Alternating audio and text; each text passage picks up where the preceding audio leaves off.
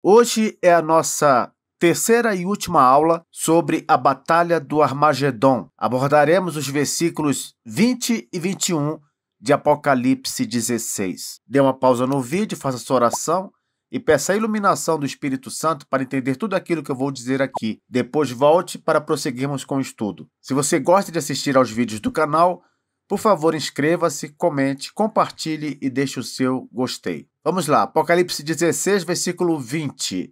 Todas as ilhas fugiram e os montes não foram achados. Se você der uma olhada em Apocalipse capítulo 6, versículo 14, verá que lá é dito que o céu recolheu-se como um pergaminho quando se enrola. Então, todos os montes e ilhas foram movidos do seu lugar. Isso indica que Apocalipse 6,14 trata do mesmo assunto que este versículo 20 de Apocalipse 16. Por quê? Porque os dois textos se referem à segunda vinda de Cristo. Sendo assim, faço agora a mesma pergunta que fiz quando comentei Apocalipse 6,14. Eu perguntei lá, como será essa visão das coisas desaparecendo? Como será essa remoção de montes e ilhas dos seus lugares? Você vê que na Bíblia mesmo os detalhes não são dados, mas com certeza, como eu já disse, a criação será literalmente afetada no dia do juízo. E por que a criação será literalmente afetada? Porque ela também foi literalmente afetada no dia da queda. Veja o que diz Gênesis 3, 17 e 18. Aqui é Deus falando. E a Adão disse: visto que atendeste à voz de tua mulher e comeste da árvore que eu te ordenara não comesses, maldita é a terra por tua causa. Em fadigas obterás dela o sustento durante os dias de tua vida. Ela produzirá também cardos e abrolhos, e tu comerás a erva do campo. Não há dúvida, com base nesse texto, que a terra foi afetada pelo pecado. O curioso é que muita gente acredita que na segunda volta de Cristo, essa mesma terra afetada pelo pecado será destruída para que surja uma nova terra. Não, não será assim. Se a terra foi afetada pelo pecado, Deus também vai redimi-la. Isso significa que Deus vai purificar este lugar onde vivemos hoje para torná-lo habitável para seus filhos na eternidade. Professor, onde é que está isso? Qual a base bíblica disso? Isso está em Romanos 8, 19 a 22. Olha o que o texto diz. A ardente expectativa da criação aguarda a revelação dos filhos de Deus, pois a criação está sujeita à vaidade, não voluntariamente, mas por causa daquele que a sujeitou, na esperança de que a própria criação será redimida do cativeiro da corrupção para a liberdade da glória dos filhos de Deus. Porque sabemos que toda a criação, a um só tempo,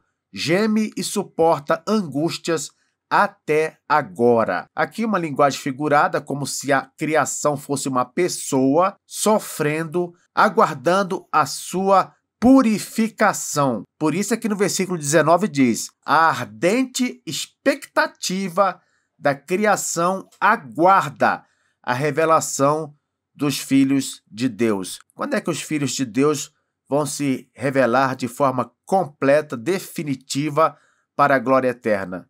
Na volta de Cristo. E é nessa ocasião também que a criação afetada pelo pecado será redimida, purificada e tornada adequada para a habitação dos filhos de Deus. Continuando aqui o nosso texto de Apocalipse 16, o versículo diz: as ilhas fugiram e os montes não foram achados. Justamente ilhas e montes. Por quê? Porque são símbolos de estabilidade e segurança, entende? Para enfatizar o quão grande será essa transformação, os dois elementos citados são aqueles elementos que simbolizam estabilidade e segurança. Os montes são um lugar de estabilidade e as ilhas de segurança. A gente não fala, se eu quiser fugir, escapar, ir para um lugar que ninguém me ache, é só ir para uma ilha deserta. Não é assim que a gente fala? uma linguagem do dia a dia? Pois é, todos os montes e todas as ilhas sumirão por um instante. É algo completamente sobrenatural, extraordinário que Deus fará no final da era da igreja. Eles são citados aqui para reforçar a grandeza do colapso cósmico que haverá. Sim, isso mesmo. O universo vai ser afetado diante daqueles que estiverem vivos. Quem estiver vivo nesta ocasião há de ver tais eventos. Versículo 21 diz: Também desabou do céu sobre os homens grande saraivada, com pedras que pesavam cerca de 1 talento. E, por causa do flagelo da chuva de pedras, os homens blasfemaram de Deus, porquanto o seu flagelo era sobremodo grande. Preste atenção agora. No dia final, o dia da segunda vinda de Cristo, é de se esperar que esses abalos na natureza, trazendo consigo juízo, embora sejam considerados como linguagem figurada e simbólica do juízo de Deus no Antigo Testamento, realmente ocorram na terra, entendeu? Essa linguagem é muito usada no Antigo Testamento para se referir de forma simbólica ao juízo de Deus. Porém, no final da era da igreja, isso aqui vai acontecer literalmente. Por quê, professor? Como você tem certeza que isso vai acontecer literalmente? Porque o que haverá no final da era da igreja vai ser uma intervenção literal de Deus dentro da história. Cristo realmente vai voltar nas nuvens. Isso, para a gente, não é uma linguagem figurada. Outra coisa também, o mundo realmente vai ser modificado. Logo, não podemos entender o que é dito aqui como uma declaração poética, por exemplo. Não. Pense da seguinte maneira. Assim como o juízo sobre o Egito foi real, quando Deus libertou seu povo, principalmente da escravidão física, por meio de castigos fantásticos, na volta de Cristo, o juízo sobre o mundo será real também. Por quê? Porque Deus libertará seu povo de forma definitiva da perseguição e influência do mundo, bem como da presença do pecado. É como se fosse um novo êxodo, uma nova libertação do povo de Deus, mas não de uma nação só, não. Será uma libertação de Deus deste mundo mau. O versículo continua. Também desabou do céu sobre os homens grande saraivada, com pedras que pesavam cerca de 1 talento. Eu trouxe aqui 2 versões diferentes para a gente ver como este mesmo versículo foi traduzido nelas. Observe. Nova Almeida Atualizada. Diz assim: Também desabou do céu sobre as pessoas uma grande chuva de granizo, com pedras que pesavam mais de 30 quilos. E por causa do flagelo da chuva de pedras, as pessoas blasfemaram contra Deus, porque esse flagelo do granizo era terrível. Olha agora na nova versão transformadora. Houve uma forte tempestade de granizo, com pedras que pesavam até 35 quilos. Olha, aqui nesse versículo já aumentou mais 5 quilos. Caindo do céu sobre as pessoas. E elas blasfemaram contra Deus por causa da terrível praga de granizo. Professor, quanto pesa 1 talento? Olha, depende da região e do período da história. Aproximadamente é o seguinte: talento grego ou romano, isto é, como os gregos e os romanos consideravam o talento, o peso dele. Para os gregos e romanos, o peso variava entre 26 e 36 quilos. Agora, para os babilônicos e para os hebreus, 1 talento poderia chegar a 40 quilos. A maioria dos estudiosos considera que, no contexto do Apocalipse, o valor mais aceito para o talento, isto é, o seu peso, seria em torno de 30 a 35 quilos. Então, essas 2 versões que eu li estão batendo aqui com a nossa informação. O que significa isso em termos práticos? Significa o seguinte: o texto está dizendo que caiu do céu sobre os homens grande saraivada. E saraiva, normalmente, é granizo ou pedra de gelo, sabia? Logo, seriam pedras de gelo caindo do céu em forma de tempestade. Agora imagina, meu irmão, minha irmã, uma pedra de gelo compactado, que seria a saraiva, pesando cerca de 35 quilos caindo do céu. Cabe uma observação aqui. Parece que na Bíblia, granizo pode se referir a uma pedra normal e não a uma pedra de gelo. Por que eu digo isso? Veja só o que nós temos nos seguintes textos. Apocalipse 8:7. O primeiro anjo tocou a trombeta e houve saraiva e fogo de mistura com sangue, e foram atirados à terra. Foi então queimada a terça parte da terra e das árvores, e também toda erva verde. Guarde aí.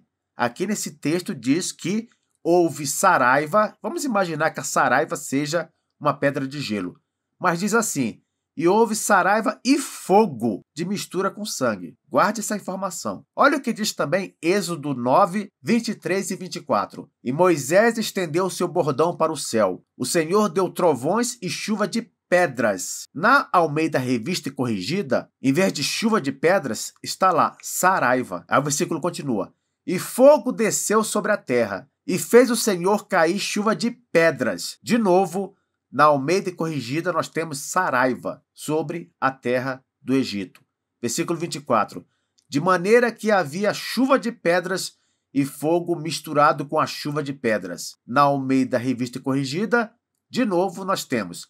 E havia saraiva e fogo misturado entre a saraiva. Tão grande qual nunca houve em toda a terra do Egito, desde que veio a ser uma nação. Você percebeu? Como é que pode pedra de gelo misturada com fogo? Parece-me que uma coisa anularia a outra. Se realmente essas pedras que caem do céu são pedras de gelo, mas se elas caem pegando fogo, qual o significado de serem de gelo? Eu acho que foi por isso que os tradutores da Almeida Revista e Corrigida optaram por traduzir simplesmente como chuva de pedras. Ponto. Aqui uma imagem de um homem tentando se proteger das chuvas de pedras com um guarda-chuva. Parece uma piada, mas na verdade, quando isso acontecer, não vai adiantar tentar se proteger não, porque caindo do céu pedras de 35 quilos, não tem como escapar disso. Em termos de comparação, seria como um botijão de gás cheio, que pesa mais ou menos 28 a 30 quilos,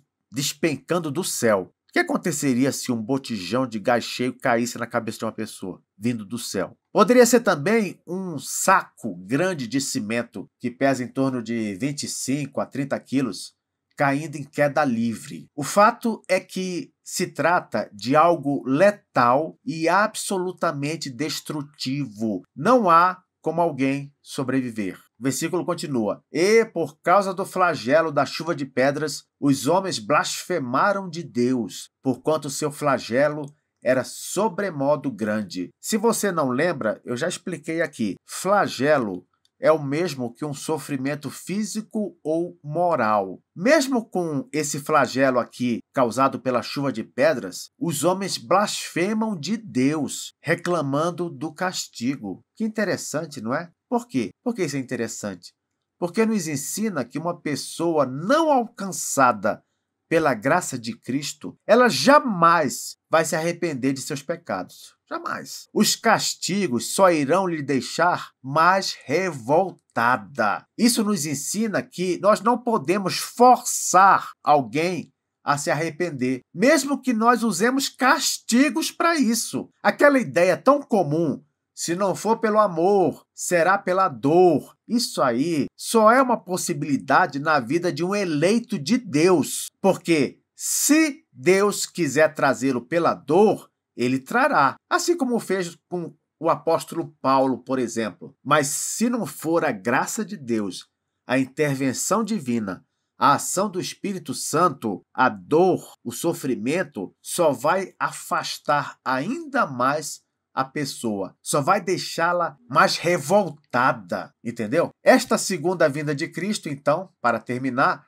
ela nos ensina duas coisas. É como eu tenho falado aqui. São 7 menções no Apocalipse da segunda vinda de Cristo. Se são 7 menções, é claro que elas têm diferenças. Qual é a diferença? No ensinamento. Elas ensinam alguma coisa nova, diferente, que a outra menção não ensinou. Aqui no caso da segunda vinda, mencionada em Apocalipse 16, ela nos ensina, primeiro, que um grande terremoto, como nunca antes visto, vai destruir as cidades do mundo. Você já tinha ouvido isso em alguma aula sobre a volta de Cristo? Que na sua segunda vinda haverá um terremoto mundial destruindo todas as cidades do mundo? Pois é. A segunda coisa que Apocalipse 16 nos ensina é que não crentes vão morrer atingidos por uma chuva de pedras. Não que essa chuva mate todos os não crentes, porque nós vamos ver que os não crentes morrerão por outro motivo também. Mas o que podemos já ter como certo é o seguinte: na segunda vinda de Cristo, todos os não crentes serão mortos. Uns serão de uma forma, outros serão de outra. Que Deus tenha misericórdia daqueles que se mantiverem rebeldes até o fim.